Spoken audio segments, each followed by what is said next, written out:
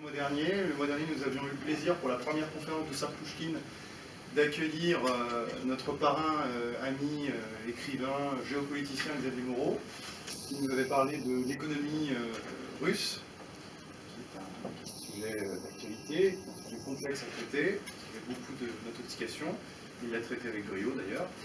Et un mois après, nous enchaînons, nous sommes toujours fidèles au rendez-vous pour cette deuxième conférence. Alors, je ne vais pas empiéter sur le territoire d'Alexandre, parce que c'est Alexandre qui vous présentera un peu mieux les intervenants, mais sans définir un peu les qualités. À ma droite, Philippe Migaud, et encore un peu à ma droite, M. Christian Arbulot. Alors, je vais juste vous rappeler un mot du cercle, parce que j'ai vu qu'ici, je vois des têtes que j'ai vues la dernière fois, mais je vois aussi des gens qui n'étaient pas là, je m'en réjouis. Alors, je suis Pierre Gentillet, je suis le président du cercle Pouchkine. Le cercle Pouchkine est une association qui s'est fondée il y a à peu près 3 mois, en novembre, qui a pour but de fédérer les énergies de la société civile, qu'elles viennent de milieux politiques, culturels, associatifs, économiques, autour de la thématique du rapprochement franco-russe. Et ce n'est pas un hasard d'ailleurs si nous sommes dans les locaux de l'association du dialogue franco-russe qui a eu la gentillesse et la générosité de nous les prêter. Comme vous voyez, c'est assez agréable. C'est peut-être pas assez grand pour les gens au fond, mais en tout cas, c'est un endroit prestigieux. Pour vous présenter un petit peu, le cercle Pouchkine, c'est aussi une équipe qui a pu organiser cet événement. Donc Alexandre Moustapha qui vous parlera, qui est de mon ami le vice-président du cercle Pouchkine.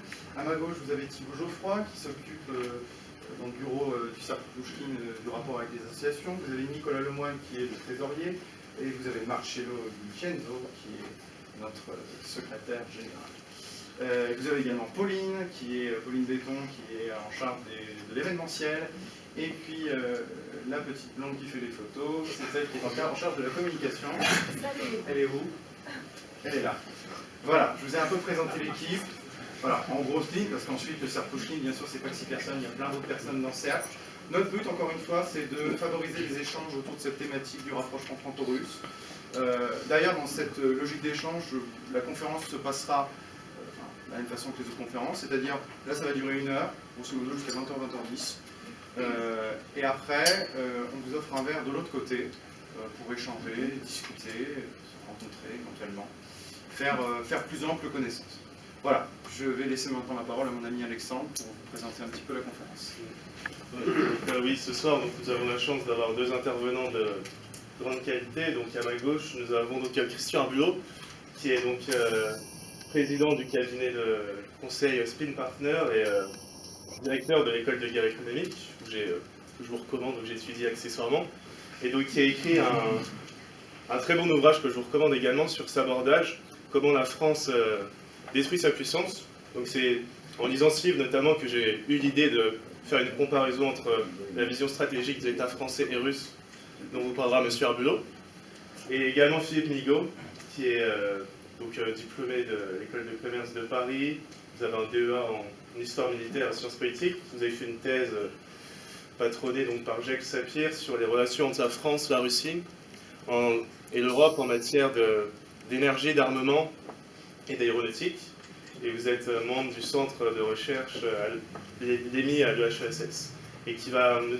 Migaud nous parlera de la relation, d'une comparaison de l'état des forces armées entre la France et la Russie, et notamment leur vision stratégique à plus long terme. On peut voir que la Russie en a une, ça se voit notamment dans le cadre d'intervention en Syrie. Est-ce que la France en a une actuellement? Ça sera une question ouverte, donc on aura une réponse peut-être à la fin de notre intervention. Donc je laisse tout de suite la parole à... Si je peux juste rajouter un petit mot, juste avant la conférence, parce que je vous ai parlé un petit peu du cercle Pouchkine. Le cercle Pouchkine rapproche la France et la Russie, mais pas seulement, parce qu'il y a aussi dans cette logique un pays qui compte beaucoup pour nous, qui est la Serbie, et j'avais oublié de le faire dans la présentation, c'est pour ça que je suis désolé si j'empiète sur le premier intervenant, mais je voulais absolument saluer ce soir nos amis de service, surtout de la Fondation pour la Dignité serbe. Merci à vous d'être là ce soir.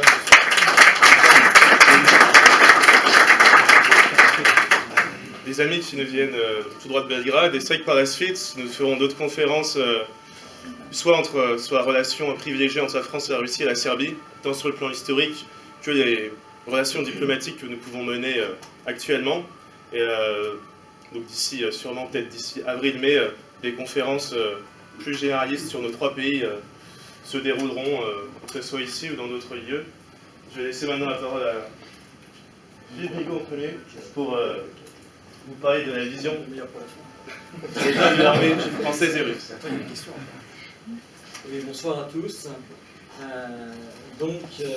Alexandre et Pierre m'ont demandé de faire un topo en 20 minutes sur ce qu'est la stratégie actuelle de la Russie et ce qu'est la stratégie de la France. Alors, pour la stratégie française, je crois que je ferai davantage M. Arbulot s'exprimer parce que 20 minutes, si j'arrive déjà au bout de la Russie, ce sera bien.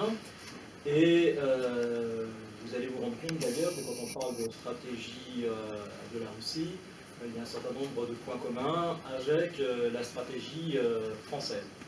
Un certain nombre de points communs, pas nécessairement un nombre équivalent de réussite. Alors, quand on veut parler de stratégie, il faut d'abord savoir sur quelle base on construit une stratégie. Donc il faut partir de l'analyse de la menace.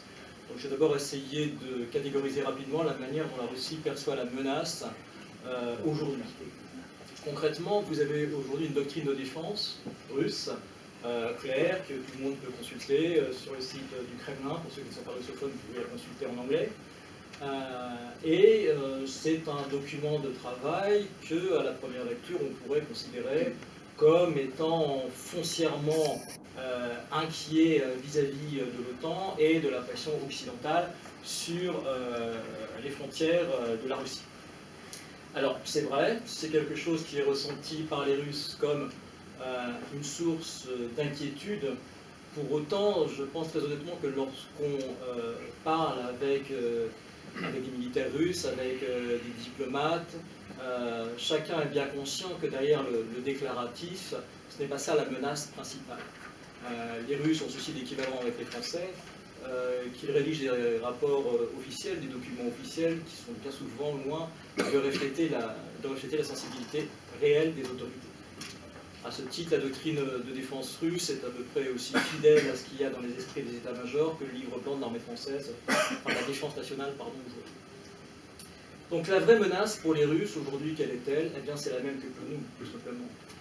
La première menace immédiate, à court, moyen terme, c'est l'islamisme radical, c'est le terrorisme, et c'est le risque de déstabilisation qui pourrait survenir depuis la Syrie et l'Irak dans le Caucase du Nord avec une relance de la guérilla ou du terrorisme en Tchétchénie. Alors, bien entendu, il y a toujours un terrorisme latent en Tchétchénie, mais on pourrait éventuellement repartir dans des événements beaucoup plus graves si jamais un certain nombre de ressortissants originaires de l'espace post-soviétique quittaient demain les rangs de l'État islamique pour se rendre en Tchétchénie, au Daghestan, en Ingouchie et essayer de rallumer la guerre sur place.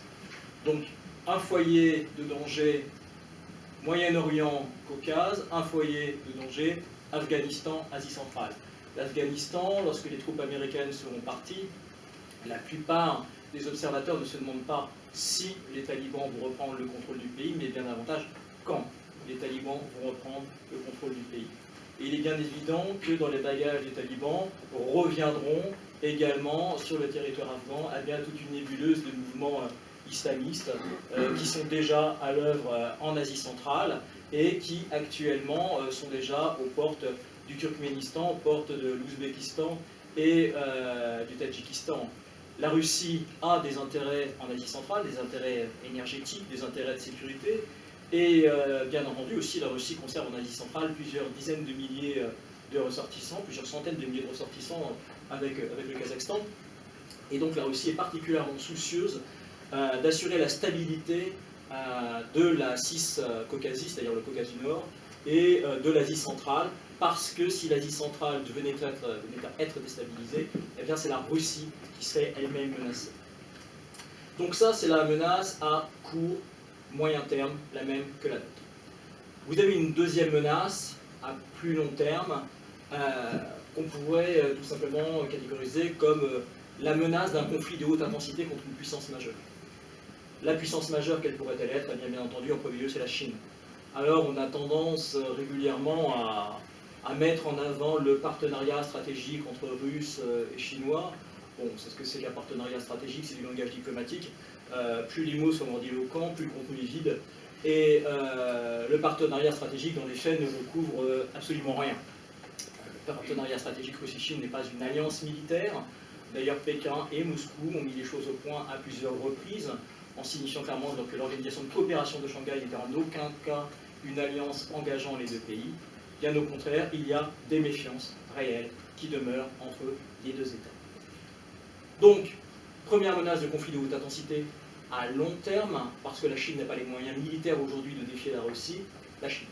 Ensuite, peut-être, mais il faudrait, je pense, un concours de circonstances absolument phénoménal pour que les choses en viennent là, un conflit avec l'OTAN. Alors, on aime beaucoup se faire peur ces derniers temps en parlant du retour de la guerre froide. Il est vrai qu'il y a un climat particulièrement malsain actuellement entre la Russie et ce qu'on appelle l'Occident, avec des guillemets, parce que je ne suis pas sûr de très bien savoir ce que recouvre cette expression. Mais pour autant, je pense qu'il y a, contrairement à l'époque de la guerre froide, une information tellement supérieure des opinions publiques en ce qui concerne la Russie, en ce qui concerne ses intentions, qu'il sera beaucoup plus difficile d'influer sur les opinions publiques pour qu'elles puissent de gaieté de cœur accepter un affrontement avec la Russie. Alors, je vous ai parlé maintenant des menaces, de la menace sur la doctrine. La doctrine, quand on l'observe, quelle est-elle? Eh bien, c'est une doctrine de défense défensive. Cette doctrine défensive, elle l'est sur tous les points, y compris au niveau nucléaire.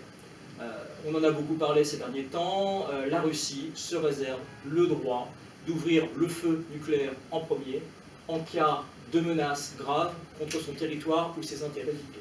Alors, mon Dieu, haro sur le boudet, la Russie pourrait déclencher une guerre nucléaire en premier. Je vous rappelle simplement un fait, c'est que la France s'est toujours réservé le droit d'ouvrir le feu nucléaire en premier, en cas de menace grave contre son territoire.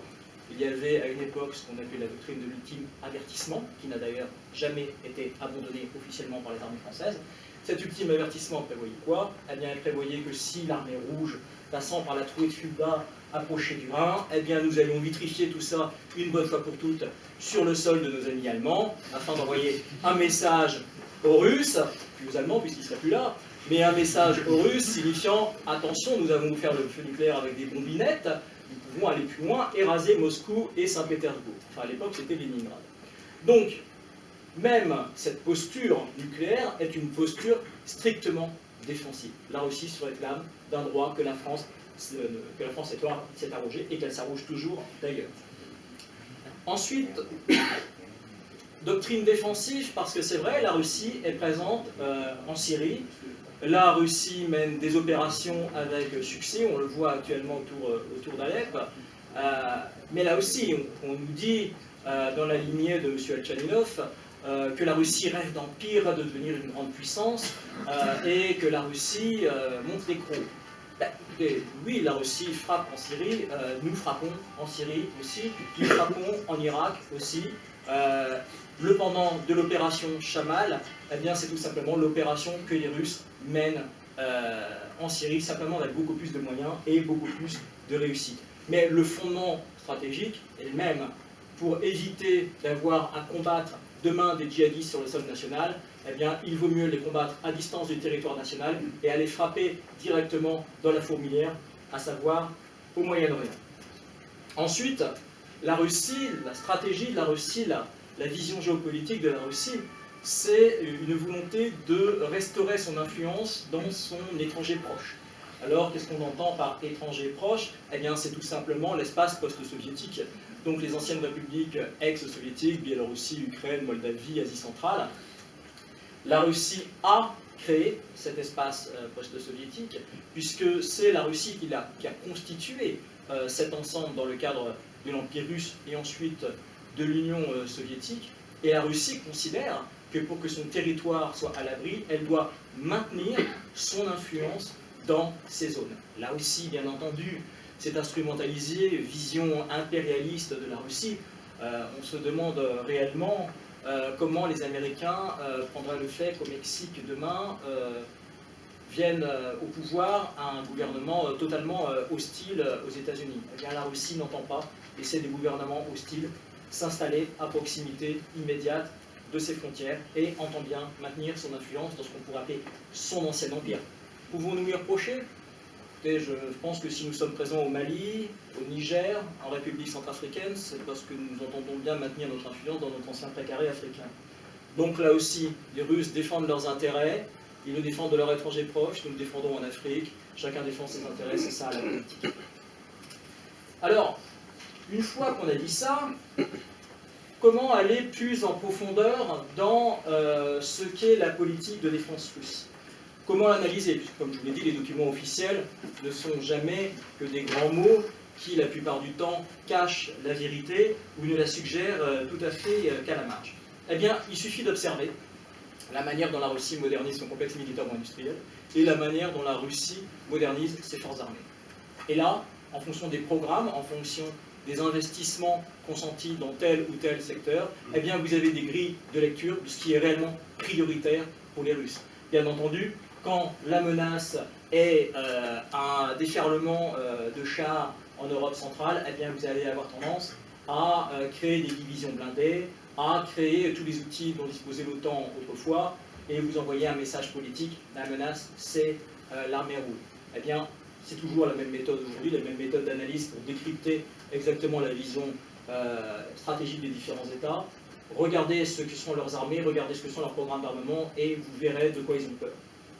Alors, première chose, bien entendu, la Russie entend bien assurer ce qui est le plus important pour tout État nucléaire, c'est-à-dire le maintien au juste niveau de crédibilité de son appareil de dissuasion nucléaire.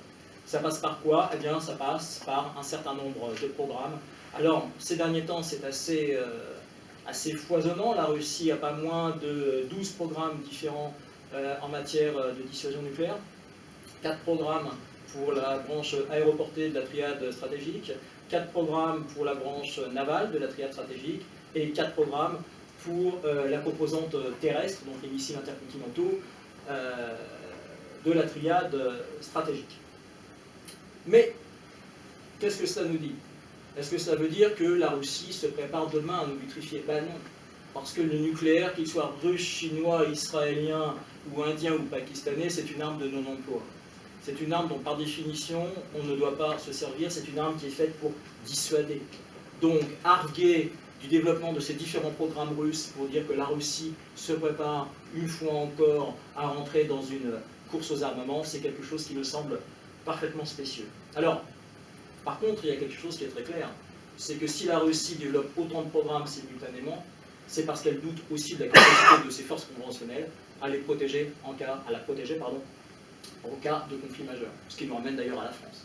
Si nous avions cette force nucléaire tactique, nos fameux Plutons qui vitrifiaient l'Allemagne, c'était précisément parce que nous savions très bien que la première armée, une fois qu'elle aurait passé le Rhin, eh bien, elle se serait étriée après avoir éventuellement détruit une ou deux divisions soviétiques, mais que nous ne pourrions pas faire beaucoup plus. Donc la Russie développe cette outil de dissuasion nucléaire tout simplement parce qu'elle est inquiète. Et quand on regarde les programmes russes actuels, on se rend bien compte que l'écrasante majorité de ces programmes sont tous des programmes à vision défensive. Alors on nous parle beaucoup des S-300, des S-400 qui sont développés et qui sont vendus en Iran, qui sont déployés en Syrie. Qu'est-ce que c'est? Un S-300, un S-400, c'est un missile de défense solaire. Ce n'est pas une arme offensive, c'est une arme offensive que vous n'employez que quand vous êtes victime d'un raid aérien. Donc là aussi, cet instrument de puissance qu'on nous présente comme une volonté d'agression, on voit quand même que c'est une arme défensive. Ensuite, regardons les programmes actuels de l'aviation de combat russe. Alors l'aviation de combat russe, on s'est bien rendu compte en Syrie qu'elle a retrouvé un niveau opérationnel extrêmement élevé, puisqu'elle assure un nombre de sorties jour en Syrie qui est bien plus élevé que ce qu'assurent les Français, les Américains. Et que non seulement vous avez beaucoup de sorties, mais vous avez des frappes qui donnent des résultats tangibles. Vous avez toute une nouvelle génération d'armements qui sont en cours de développement. Mais comparons ce qui est comparable. Si l'on regarde les commandes passées à l'horizon 2020 de Sukhoi 35, Sukhoi 34, Sukhoi 30 SM, tous ces nouveaux avions qui sont en train de sortir et qui font les joies d'aviation au Bourget, eh bien on se rend compte que l'objectif final des Russes à l'horizon 5 ans, c'est de conserver une aviation de combat qui fera entre 800 et 1000 avions de combat. Alors vous direz, par rapport à la France, 250 avions de combat, et encore, jamais on va peut-être encore nous rogner les ailes, c'est colossal. Je rappelle qu'à l'époque de la guerre froide, la Russie avait 5000 avions de combat, l'Union soviétique avait 5000 avions de combat, il y a de ça 30 ans. Donc on a divisé les effectifs par 5. Lorsque vous avez l'intention de marcher sur la Pologne et les pays baltes, a priori vous ne divisez pas les effectifs par 5. Par ailleurs, je rappelle une chose simplement aussi, puisque quand on parle de la Russie, on adore citer des chiffres, eh bien, l'aviation de combat américaine, c'est 2000 avions de combat, les commandes de F-35 dans les années qui viennent, c'est 2000 avions de combat, et si nous prenons les avions de combat de l'OTAN actuellement, vous avez un ratio entre Russes et OTAN de 4 contre 1 en faveur de l'OTAN. Qui menace qui? Je ne pense pas que la Russie s'hasarderait à une agression contre l'OTAN avec une aviation de combat inférieure en nombre dans un rapport de 1 à 4. Ensuite, aussi, qu'est-ce que nous pouvons constater lorsqu'on regarde les programmes, toujours de l'aviation? Eh bien, des chiffres simples. Les Américains ont une aviation de combat leur permettant de se projeter loin, de frapper vite et fort. Les Américains, l'US Air Force actuellement, c'est 500 ravitailleurs en vol. Les Russes, actuellement, c'est une vingtaine de ravitailleurs en vol. 500 d'un côté, 20 de l'autre. De même, entre l'OTAN et les Russes, vous avez d'un côté 70 avions AWACS qui vous permettent de mener une bataille aérienne, une bataille de supériorité aérienne en guidant vos escadrilles. Côté russe, vous en avez un. En fait, lorsqu'on observe, et en plus les Russes n'ont pas de programme pour monter en quantité. Ils ont des programmes pour progresser qualitativement, mais pas quantitativement. Donc concrètement, ce que l'on constate, c'est que la Russie fait un énorme effort de modernisation de ses forces armées au niveau qualitatif. Et ça, on le constate en Syrie, on l'a constaté en Crimée. Mais très clairement, on ne se prépare pas du tout, contrairement à ce qu'on peut lire dans un certain nombre de médias, à marcher de nouveau sur la trouée de Fulda pour restaurer la glorieuse étoile rouge jusqu'à Strasbourg. Alors, quand on regarde par ailleurs les autres branches de l'armée russe, de quoi nous rendons-nous compte?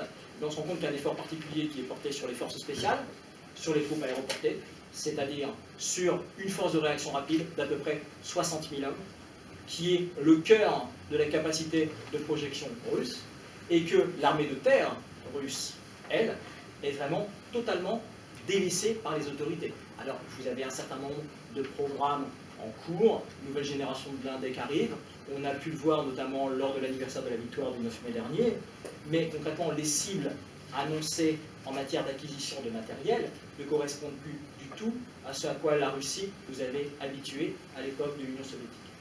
Donc, concrètement, pour conclure, nous sommes actuellement en face d'une Russie qui se sent sur la défensive, qui se sent menacée.